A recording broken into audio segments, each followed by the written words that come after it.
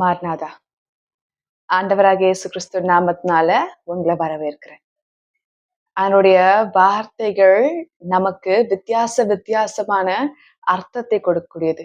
தேவனுடைய வார்த்தை எப்படிப்பட்டதுன்னா, அது நெருப்புல போடப்பட்ட வெள்ளிக்கும் தங்கத்திற்கும் ஒப்பானது. ஏன்னா அது எப்படி அதுல போட்டு புடமிட்டு எடுக்கிறாங்களோ அதே போல தேவன் புடமிட்டு தம்முடைய வார்த்தை வைத்திருக்கார். அப்படி பலமான வார்த்தையின் மூலமாக பேசிக் கொண்டிருக்கார். இந்த வார்த்தை உங்களுக்கு ஞானத்தை கொடுக்கும், உங்களுக்கு பலத்தை கொடுக்கும், உங்களுக்கு தைரியத்தை கொடுக்கும், உங்களுக்கு நம்பிக்கை கொடுக்கும். உங்க வாழ்க்கையில என்னென்ன வேண்டுமோ எல்லாவற்றுமே இந்த வார்த்தை உங்களுக்கு கொடுக்க அது போதுமான ஒரு காரியமா இருக்கு. அப்ப தேவனுடைய வார்த்தை என்னவாய் சொல்லப்படுகிறதுனா, இன்றைக்கு தேவன் ஒரு வித்தியாசமான வார்த்தை மூலமாக பேச போகிறார். அவருடைய வார்த்தை சொல்லப்பட்டிருக்கிறது, ஜாதிகள் தங்களை மனுஷர்கள் என்று அறியும்படிக்கு அவர்களுக்கு பயம் உண்டாக்கும் கர்த்தாவே. எங்க இருக்குன்னா சங்கீதம் 9:20. தங்கள் மனுஷர் என்று அறியும்படிக்கு அவர்களுக்கு பயம் உண்டாக்கும். ஜாதிகள் தங்களை மனுஷர் என்று அறியும்படிக்கு அவர்களுக்கு பயம் உண்டாக்கும்னு சொல்லிட்டு தாவீது ஆண்டவர்கிட்ட ஜெபம் பண்ணுகிறார். ஏன் தெரியுமா? ஜனங்களுக்கு ஒரு திறமை, ஒரு தெம்பு, கஷ்டமே இல்லை, நினைச்சதெல்லாம் கிடைக்குது, அவங்களால எதையும் செய்ய முடியும் அப்படின்ற உடனே அவர்கள் என்னன்னா, தான் மனிதன், மண்ணுக்கு மனிதன், சாதாரண மாம்சத்துல இருக்கிற மனிதன் அப்படின்றத அப்படியே மறந்து போயிடுறாங்க. கம்ப்ளீட்டா மறந்து போயிடுறாங்க. ஆனா தாவீது ஜெபிக்கிறார், ஆண்டவரே அவர்கள் மனிதர் என்பதை அவர்களுக்கு அறியும்படி பயம் உண்டாக்கும் ஆண்டவரே. பாருங்க, நமக்கு எல்லாம் சரியாய் நடப்பதனால நம்ம சரியான பாதையில போயிட்டு இருக்கோம்னு அர்த்தம் அல்ல. யோசித்து பாருங்கள், நீங்கள் செய்கிற ஒவ்வொரு காரியத்திலுமே நீங்க என்ன இன்டென்ஷனோட பண்றீங்க, என்ன நோக்கத்தோட பண்றீங்க, அது எதற்காக பண்றீங்க, இதெல்லாம் நம்ம யோசிக்கணும்.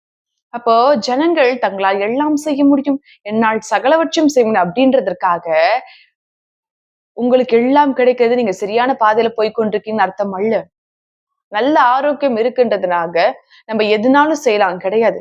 உங்ககிட்ட உலகத்துல இருக்க எல்லா செல்வமும் எல்லா வெல்த் இருக்கறனால நீங்க எதனாலும் செய்யலாம் கிடையாது. கிடையவே கிடையாது. ரொம்ப கவனமும் ஜாக்கிரதையுமான ஜனங்களா நீங்க இருக்கணும். அப்போ நம்மளுடைய வாழ்க்கை, நம்மளுடைய காரியம் பாருங்க, மனிதனுடைய வாழ்க்கை ஆண்டவர் சொல்லுகிறார், 70 பலத்தின் மிகுந்தையால் 80. அவ்வளவுதான்.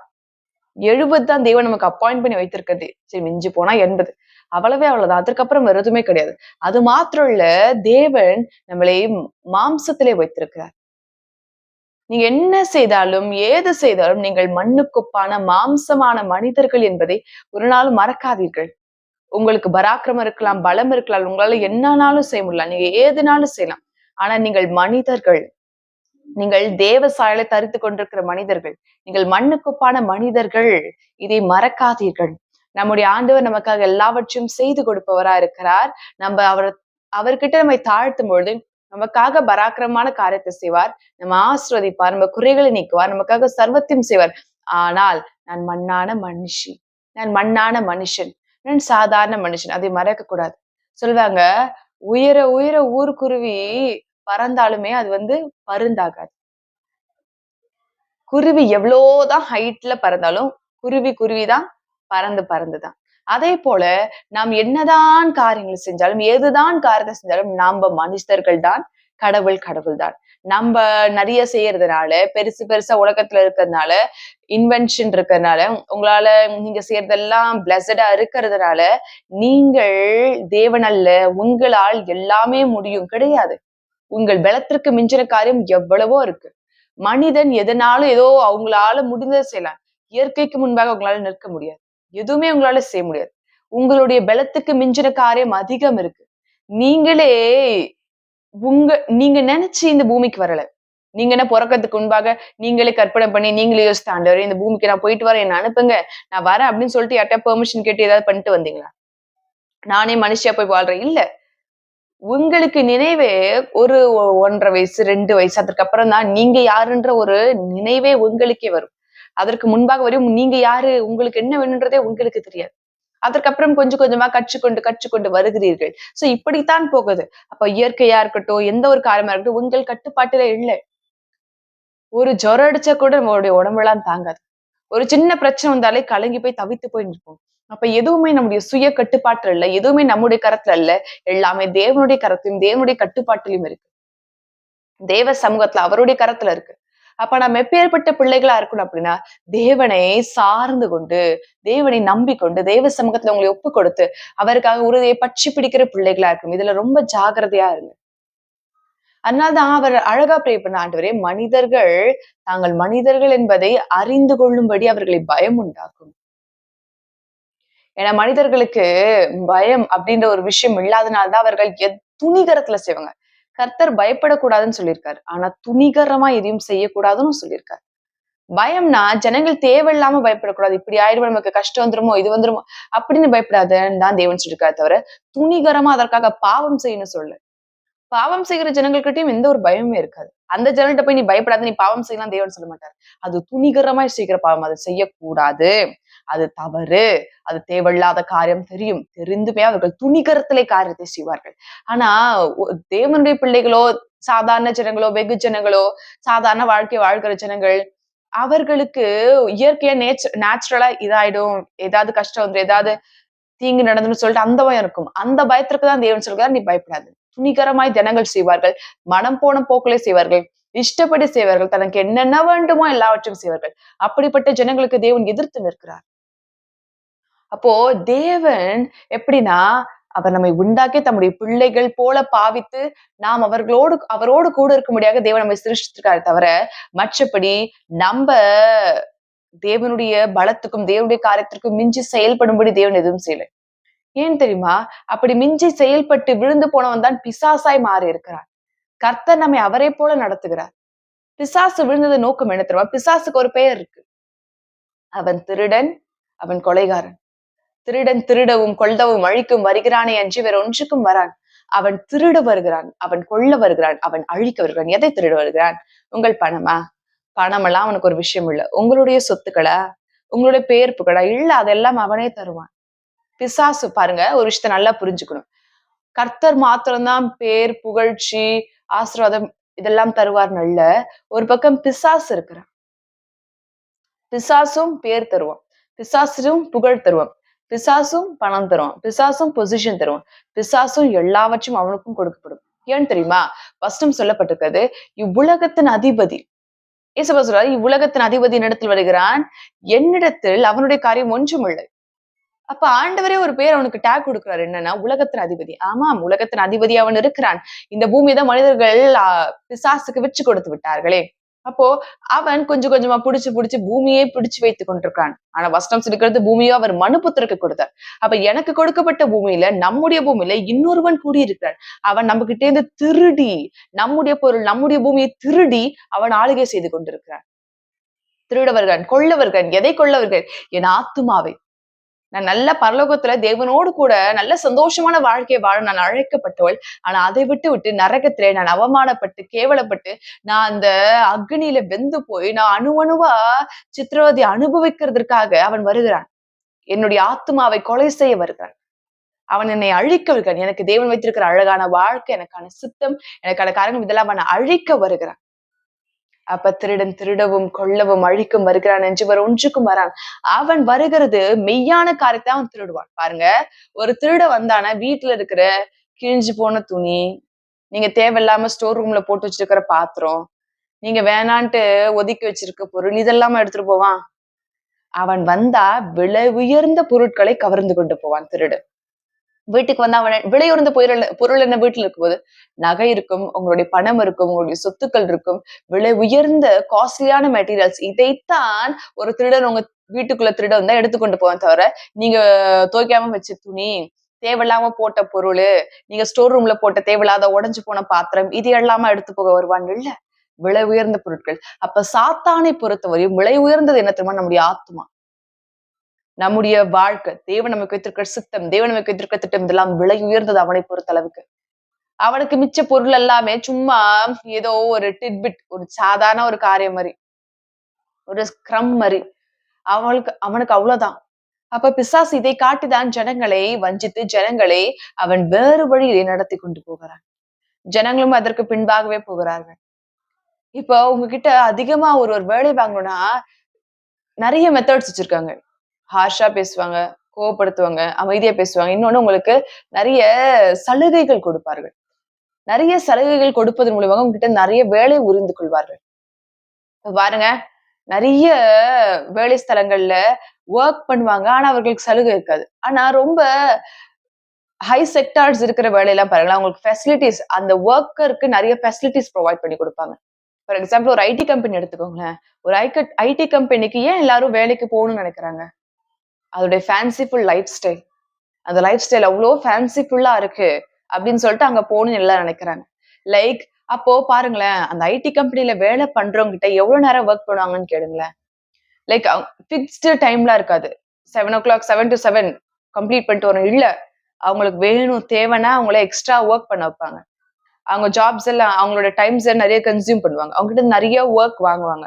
வொர்க் லோட் அதிகமா இருக்கும். ரொம்ப அதிகமா இருக்கும். ஆனா, அதெல்லாம் தெரியக்கூடாது. அதெல்லாம் செய்யக்கூடாது. அதெல்லாம் அவங்களுக்கு புரிந்து கொள்ளக்கூடாது. ஆனாலும் அவர்கள் அந்த வேலைக்கு கடினமானது, என்னுடைய பலத்த அது வீணாக்குது, என்னுடைய உடம்பு உழைப்பெல்லாம் அதிகமா வாங்குது. இதெல்லாம் அவர்களுக்கு தெரிந்தாலும், அவர்கள் கடினமான வாழ்க்கை வாழ்கிற மாரியே இருந்தாலும், அவர்களுக்கு தேவையான சலுகைகளை கொடுப்பாங்க. எப்படி தெரியுமா? சலுகை மாத்திரம் இல்ல, அவங்கள எப்பயுமே ரொம்ப அந்த ஜாய்ஃபுல் மைண்ட் செட்ல வச்சிருப்பாங்க. கரெக்ட்டா வீக்கெண்டு லீவ் குடுத்துருவாங்க. அடிக்கடி வெளிய கூட்டிட்டு போவாங்க. அவங்களுக்கு அந்த இடத்துல அவங்க மனிதர்களுக்கு என்ன ஆடி, பாடி சந்தோஷமா இருக்கணுமா, அதையும் அவங்க புரொவைட் பண்ணுவாங்க. எல்லாமே குடுப்பார்கள். அடிக்கடி ஏதாவது ஈவென்ட்ஸ் வச்சுட்டு இருப்பாங்க. அதுல அவங்க என்ஜாய் பண்ணுவாங்க. இத பண்ணணும், அத பண்ணணும். லைக் அவங்கள எப்பயுமே அந்த ஹைப்லயே வச்சுட்டு இருப்பாங்க. See that is not happiness, that is not peace, but that is hype. That is hype. அது கொஞ்ச நேரம் தான் நீடிக்கும். அப்ப அந்த ஹைப் ஜனங்களுக்கு தெரியும். எல்லாமே தெரியும். தெரிந்தாலும் போவார்கள். ஏன் தெரியுமா? அவர்கள் கிட்ட அவங்க குடுக்குற அந்த கொஞ்சம் கொஞ்சம் காரியம். லைக் அவங்க ட்ரீட் பண்றது ப்ராப்பரா இருக்குமோ இல்லையோ, லைக் எப்பவுமே சொல்லுவாங்க, நீ ஒரு ஐடி கம்பெனிக்கு போனா ஃபர்ஸ்ட் உனக்கு இருக்க வேண்டிய ஒரு விஷயமே உனக்கு இமோஷனல் இன்டெலிஜென்ஸ் அதிகமா இருக்கணும்னு சொல்லுவாங்க. இமோஷனல். அப்ப வர விஷயத்த ஹேண்டில் பண்ண தெரியணும் அப்படின்னு சொல்லுவாங்க. லைக் அது ஏன் தெரியுமா அந்த இமோஷனல் இன்டெலிஜென்ஸ்? அவர்கள் அப்படி மோசமா ட்ரீட் பண்ணுவாங்க. ஆனா அத பாலிஷ்டு வேல செய்வாங்க. They won't treat people properly. They do all things, but they will do in a polished manner. வீட்லலாம் கூட நம்மள திட்டுவாங்க, போவாங்க, வருவாங்க. தெரிஞ்சவங்க திட்டுவாங்க, போவாங்க. அதான் தெரியாது. ஆனா அவர்கள் அங்கே பயன்படுத்துகிறது, அவங்களுடைய ஸ்லாங், அவங்களோட தொகை அது ரொம்ப வித்தியாசமா இருக்கும். சோ அப்படி அப்போ அங்க அவமானப்படுத்தாலும் பரவால்ல, அங்க அதிகமான வேலை வாங்கினாலும் பரவால்ல, அங்க நான் புழியப்படுறேன்னு தெரிஞ்சாலும் பரவால்ல, ஏன் அங்க ஜனங்கள் அங்க போறாங்க? Just for the hype that is present there. Just for the standard of living that they are showcasing there. That's not real. Real standard is giving proper respect and properly treating people. அது ஆக்சுவலா இருக்காது. Maximum of the work பிளேசஸ்ல அது இருக்கவே இருக்காது. ஒழுங்காவே treat பண்ண மாட்டாங்க. So இப்படி இருந்தாலும் ஏன் அங்க போகாங்க? அங்க கொடுக்கப்படுகிற காரியங்கள். இதைத்தான் பிசாசும் செய்கிறான். என்னன்னா, உங்க வாழ்க்கைக்கு தேவையான உங்க பணமோ, பேரோ, புகழோ கொடுத்தா, நீங்க வேற எத பத்தியும் யோசிக்க மாட்டீங்கல்ல. சோ இதைத்தான் செய்து கொடுக்கிறார். சோ அதனால ஜனங்கள் கிட்ட எல்லாம் இருக்கிறதுனால, அவர்கள்ட்ட பேரு, புகழ், உலகத்துல இருக்க காரியங்கள், மனிதர்கள் வருகிறதுனால, பிசாசுனால மனிதர்களையும் கொடுக்க முடியும். அவன் கொடுப்பான். சோ அப்ப எப்படிதான் புரிஞ்சுக்கிறது? அப்ப தேவனும் ஆசீர்வாதத்த குடுக்குறாரு, மனுஷனும் பிசாசும் ஆசீர்வாதத்த குடுக்குறான். அப்ப இதுதான் அப்ப ஆண்டவர் குடுக்குற ஆசீர்வாதத்துல எப்பவுமே ஃபர்ஸ்ட் அவர் நம்மள சரியான பாதையில் நடத்துவார். அந்த ஆசீர்வாதத்தின் பாதை கடினமா இருக்கும். அதேபோல அது எல்லாவற்றிலும் ஒரு பர்ப்பஸ் இருக்கும். எல்லாவற்றையும் ஒரு நன்மையான காரியங்கள் ஒழிந்திருக்கும். ஆனா பிசாசு குடுக்குற ஆசீர்வாதம் எல்லாமே ரொம்ப குயிக்கா இருக்கும். அதுல ரொம்ப நீங்க உழைக்கிற மாரி, ரொம்ப கடினப்படுற மாரி தெரியாது. அதேபோல அதுல ஒரு பர்ப்பஸுமே இருக்காது. அதோட எண்ட் ரிசல்ட் இருக்காது. அது முழுக்க முழுக்க உங்களை சார்ந்து சுயநலம் கருதினதா மட்டும் இருக்கும். ஆனா தேவன் குடுக்குற ஆசீர்வாதம் எப்பவுமே மற்ற ஜனங்களே சார்ந்துதான் இருக்கும். இயேசு எப்பயுமே ஒரு வார்த்தையை பயன்படுத்துவார். நீ ஆசீர்வாதமா இருப்பாய். ஆசீர்வாதமா இருப்பாய்னா, நீ உனக்கு மாத்திரம் இல்ல, உன்னை சுற்றி இருக்கிற ஜனங்களுக்கு. அப்ப தேவன் உங்களை வச்சு என்ன செஞ்சாலுமே உங்களை சுத்தி இருக்கிற ஜனங்களையும் பார்த்து தேவன் செய்வார். ஏன்னா உங்களுடைய வாழ்க்கையை மாத்திரம் மாற்ற மாட்டார். உங்களை வைத்து பலருடைய வாழ்க்கையும் தேவன் சேர்த்து மாற்றுவார். இதுதான் பெர்ஃபெக்ட்டான ஆசீர்வாதம். அப்ப தேவனுடைய ஆசீர்வாதம் கடினமான பாதையா ஃபர்ஸ்ட் இருக்கும். முடிவு அழகா இருக்கும். அது பொறுமையா இருக்கும். ஆனா அது எப்பயுமே பெர்மனன்ட் ஆனதா இருக்கும். அது உங்களை மாத்திரம் சார்ந்திருக்காது. உங்களை சுற்றி இருக்கிற ஜனங்களுடைய ஆசீர்வாதத்தையும் சார்ந்திருக்கும். அதுல சமாதானம், சந்தோஷம் இருக்கும். ஆனா பிசாசு குடுக்கறதுல லைக் குயிக்கா இருக்கும். அது ஒரு ஃப்ளீட்டிங் பிளஷர்ஸா இருக்கும். அதுல சமாதானம் இருக்காது. ஜஸ்ட் வெறும் ஹைப் மட்டும் தான் அதுல ஃபில்டா இருக்கும். இப்படிப்பட்ட காரியங்கள் தான் பிசாசு கொடுக்கின்ற ஒரு விஷயமா இருக்கும். ஆனா சமாதானம், நிம்மதி, சந்தோஷம் இதெல்லாம் தெய்வ சமூகத்தில் இதனுடைய கருத்துல தான் இருக்கும். அப்ப உலக பிரகாரமாக உங்களுக்கு எல்லாம் இருப்பதனால உங்ககிட்ட எல்லாம் இருக்குது. மெய்யான உண்மையான வாழ்க்கை வாழ்கிறீர்கள் என்பது அர்த்தம் அல்ல. இல்ல, என்ன செய்தாலும் நீங்கள் மனிதர்கள் தான். நீங்கள் மாம்சத்திற்கு ஒப்பானவர்கள் தான். அதை மறந்து விடாதீர்கள். தேவனுக்கு உங்களை நீங்கள் ஒப்புக் கொடுங்கள். தெய்வ சமூகத்தை உங்களை நீங்கள் அர்ப்பணித்துக் கொள்ளுங்கள். தேவன் நம்மை கொண்டு பலமான காரியத்தை செய்வார். விசேஷ காரியத்தை அவர் செய்ய போதுமானவராக இருக்கிறார். ஒரு விசாரணை நோக்கி ஜெபிக்கலாம். ஆண்டவரே, என் வாழ்க்கையில ஒரு ஆசீர்வாதத்தை கட்டளையிடுங்க. நம்ம ஜெபத்துல கேட்போம், ஆண்டவரே, நான் என்ன செய்தாலும், என்கிட்ட என்ன காரியங்கள் இருந்தாலும், நான் மனுஷி, நான் சாதாரண மண்ணுக்குப்பான மனுஷி அப்படின்றது எப்பயுமே என் சிந்தையில இருந்து கொண்டே இருக்கட்டும் ஆண்டவரே. ஆம், நாம் தேவனுடைய பிள்ளைகள் தான். உரிமைகள் இருக்கு, எல்லாம் இருக்கு. ஆனா எந்த எக்ஸ்ட்ரீமுக்கு நம்ம போயிடக்கூடாதுன்னா, பிசாசு போன இடத்திற்கு. ஏன்னா, ஆண்டவர் லூசிபரை எப்படி பார்த்து கொண்டார் தெரியுமா? தன்னுடைய பிள்ளை போல பார்த்து கொண்டார். அவன் அவ்வளவு அழகா இருப்பான். அது போல இல்ல, அவன லைக் அவன் மியூசிக்க லீட் பண்ற ஒரு ஆள் இல்ல, மியூசிக்கே அவன்தான். மியூசிக்கே அவன்தான். பிசாசுக்கு அந்த லூசிபருக்கு சட்டைகள்லாம் கொடுக்கப்படும்ல.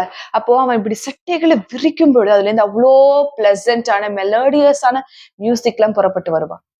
அவன் பறக்கும் பொழுது அவன் என்ன காரியம் செய்தாலும் அதுல இருந்து ஒரு மியூசிக் புறப்பட்டு வருவான்.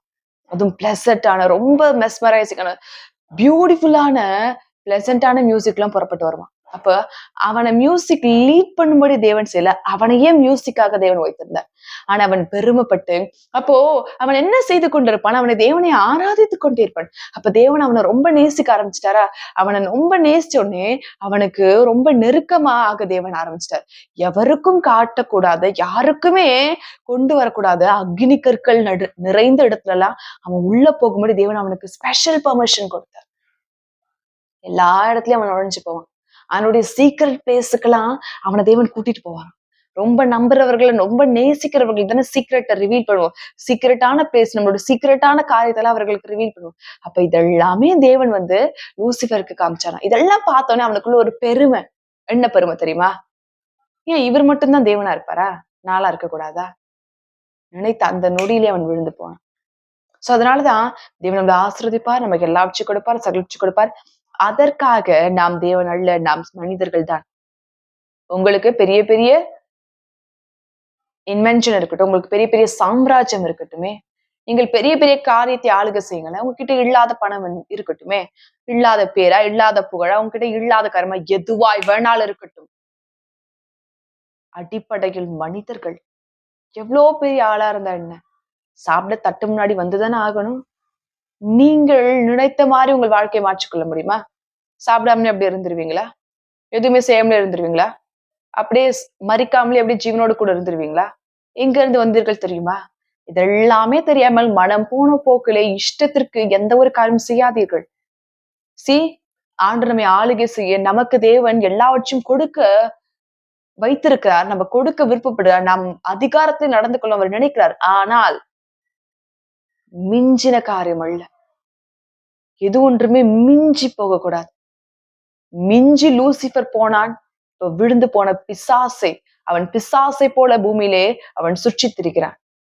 அவனுக்காக அக்னி கற்கள் ஆயத்தமா இருக்கிறது. அவனுக்காக அக்னி கடல் ஆயத்தமா இருக்கிறது. அவனுக்காக அக்னி நிறைந்த காரியங்கள் ஆயத்தமா இருக்கிறது. அவனுக்காக எல்லாம் ஆயத்தமா இருக்கிறது. அப்போ நாம் மனிதர்கள், அடிப்படையில் மனிதர்கள். ஒரு நாளும் மறந்து விடாதீர்கள். தேவனுடைய பிள்ளைகள், ஆனாலும் மனிதர்கள். அதிகாரம் இருக்கு, ஆனாலும் மனிதர்கள். என்னனாலும் தேவன் செய்ய அனுமதி கொடுத்திருக்கார், ஆனாலும் மனிதர்கள். மறக்க கூடாது, என்னைக்குமே மறக்க கூடாது. பலவீனமான மனுஷி, எனக்கு பலவீனங்கள் வரும், போராட்டங்கள் இருக்கும், எங்க போனாலும் எதுனாலும் நான் செஞ்சிடணும். மனுஷி, மனுஷன், மறந்து விடாதீர்கள். நமக்கு ஒரு பவுண்டரி வேணும். நமக்குன்னு காரியங்கள் வேண்டும். நமக்கு பலன் வேண்டும். ஒவ்வொரு அடியிலும் ஆலோசனை வேண்டும். எல்லாம் வேண்டும். ஏன்னா நம்ம அடிப்படையில் மனிதர்கள். ஒரு விஷயத்தை உனக்கு ஜெபிக்கலாம். ஆண்டவரே, இந்த சிந்தை எப்பொழுதும் எனக்குள்ள இருக்கட்டும். என்னை எப்பறவ ஆசிர்வச்சாலும், எனக்கு என்ன கொடுத்தாலும், பூமியையே என் பாதத்துக்கு கீழா கொடுத்தாலும், நான் மனுஷி, நான் மனுஷன் என்பது எப்பொழுதுமே என் சிந்தையில இருக்கட்டும் சொல்ல தேவன் உனக்கு ஒரு விஷய ஜெபிக்கலாம். வாங்க ஜெபிக்கலாம். மகமேன் ராஜாவே, உமக்கு ஸ்தோத்திரம். பலமான காரியத்தை செய்யும் என் தேவனை உடைய கரத்துல எல்லாவற்றையும் கொடுக்கிறேன். நீ நடத்துபவரை, பலப்படுத்துபவரை, சகாயம் செய்வரை, துணை நிற்பவரை உமக்கு நன்றி அப்பா. அப்பா, எங்களை ஆசிர்வதிக்கிறீர், எங்களுக்கு மகிமையான காரியத்தை கொடுக்கிறீர்.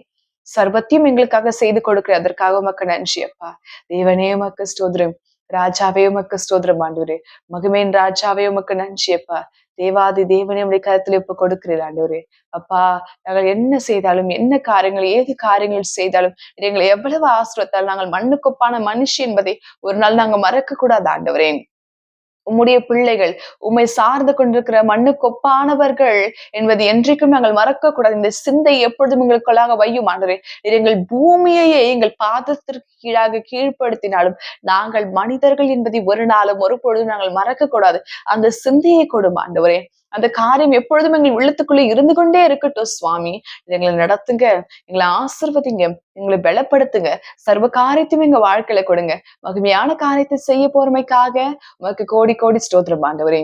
தேவாதி தேவனே உமக்கு நன்றி. ராஜாதி ராஜாவே உமக்கு நன்றி.